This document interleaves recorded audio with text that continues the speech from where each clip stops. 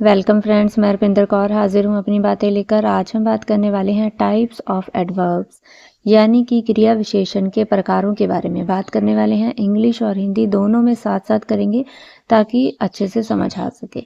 इससे पहले हमने वीडियो में एडवर्ब्स क्या होते हैं और एग्जाम्पल्स बहुत ही आसान तरीके से हम कर चुके हैं। तो चलिए आज की वीडियो शुरू करते हैं। नंबर 1 है एडवर्ब्स ऑफ मैनर।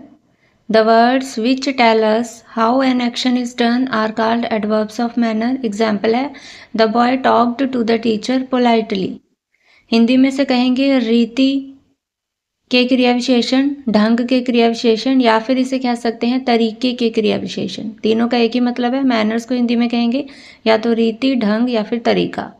तो इन रीति के क्रिया विशेषण वे शब्द जो हमें बताते हैं कि कोई कार्य किस तरीके से किया जाता है या फिर कोई कार्य किस ढंग से किया जाता है, उन्हें रीति के क्रिया विशेषण कहते हैं। उदाहरण, लड़के ने शिक्षक से विनम्रता से बात की।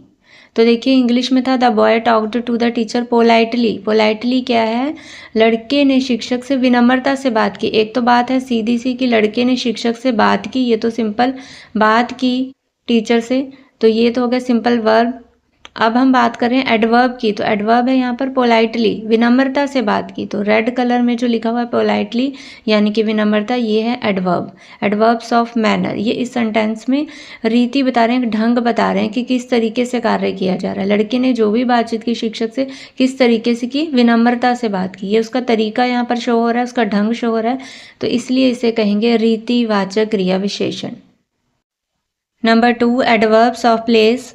The words which tell us where an action is done are called adverbs of place. Example, my favorite teacher lives nearby.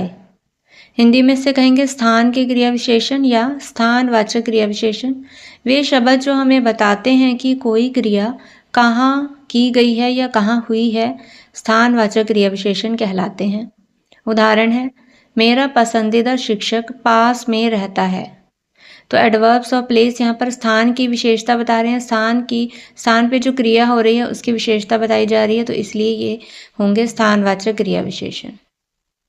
तो रेड कलर में जो वर्ड्स है नियर बाय यानी कि पास में, ये हो गए adverbs of place.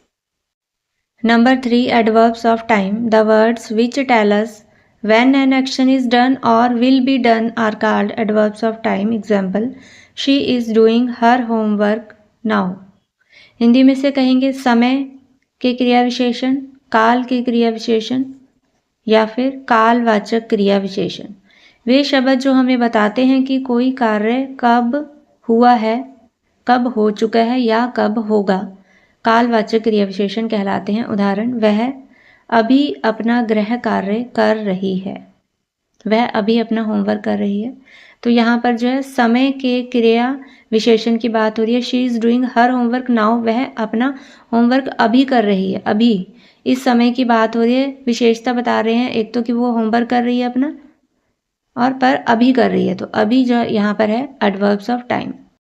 Number 4 adverbs of frequency. The words which tell us how often an action is done are called adverbs of frequency. Example, he never tells lies. Hindi में से कहेंगे आवृत्ति के क्रिया विशेषण या आवृत्तिवाचक क्रिया विशेषण। वे शब्द जो हमें बताते हैं कि कोई कार्य कितनी बार किया जाता है, आवृत्ति के क्रिया विशेषण कहलाते हैं। उदाहरण, वह कभी झूठ नहीं बोलता। इसमें एडवर्ब्स ऑफ फ्रीक्वेंसी में वह कभी झूठ नहीं बोलता, यहाँ पर उसकी आवृत्ति बता रहे हैं कि कितनी बार वो एक्शन करता है। ही समटाइम्स टेल्स लाइज, वह कभी कभी झूठ बोलता है या फिर वह कभी नहीं झूठ बोलता। तो नेवर यहाँ पर जो है रेड कलर में जो वर्ड है नेवर या कभी, ये है फ्रीक्वेंसी के बारे में बात कर रहा है, फ्रीक्वेंसी बता रहा है क्रिया विशेषण की। तो इस तरह से ये हुआ फ्रीक्वेंसी, एडवर्ब्स ऑफ फ्रीक्वेंसी। तो इस तरह से आज हमने क्रिया विशेषण के प्रकारों की बात की, इंग्लिश और हिंदी दोनों में। उम्मीद है इस वीडियो से आपके मदद मिलेगी। धन्यवाद।